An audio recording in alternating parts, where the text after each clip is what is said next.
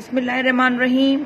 अस्सलाम वालेकुम जी नाज़रीन और सामीन, मैं हूं सफ़िया बलोच और मैं आपसे मुखातिब हूं अपने यूट्यूब चैनल सिंध वे से।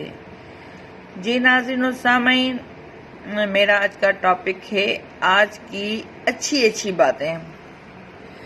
जहां पानी होता है वहां सब्जा उगता है और जहां नदामत के आंसू बहते हैं वहां रहमत इलाही का नुज़ूल होता है।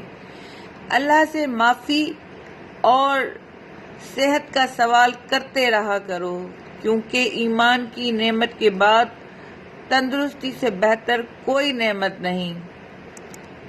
अल्लाह ताला हम सबको हमेशा तंदुरुस्त और आबाद रखे।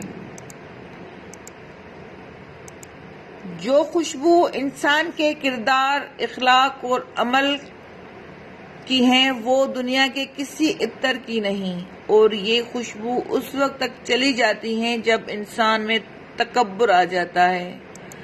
अल्लाह रब्बुल इज़्ज़त हम सबको तकब्बुर से बचाए और हमें अपने हिफ्ज़ व अमान में रखे। आमीन सुम्मा आमीन।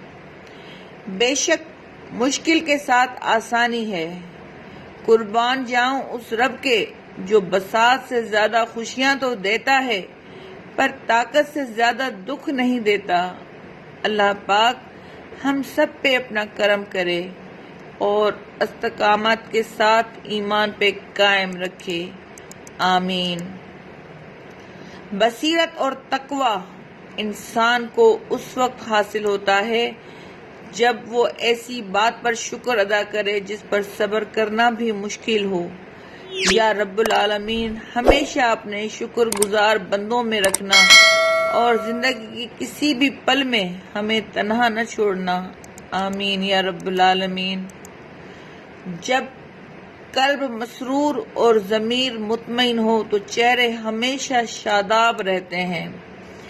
बारगाह इलाही में इल्तिजा है कि या अल्लाह हमें, हमारे वालिदीन, हमारी औलाद और हमारे तमाम दोस्त अहबाब को उन खुशकिस्मत लोगों में शामिल फरमा जिनके लिए फरिश्ते भी रहमत और बख्शिश की दुआएं फरमाते हैं।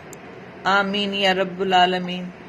दोस्तों, उम्मीद करती हूँ कि आपको मेरी आज की वीडियो, जो कि आज की अच्छी बातों से मुतल्लिक थी, ज़रूर पसंद आएगी और इसमें बहुत अच्छी बातें हैं।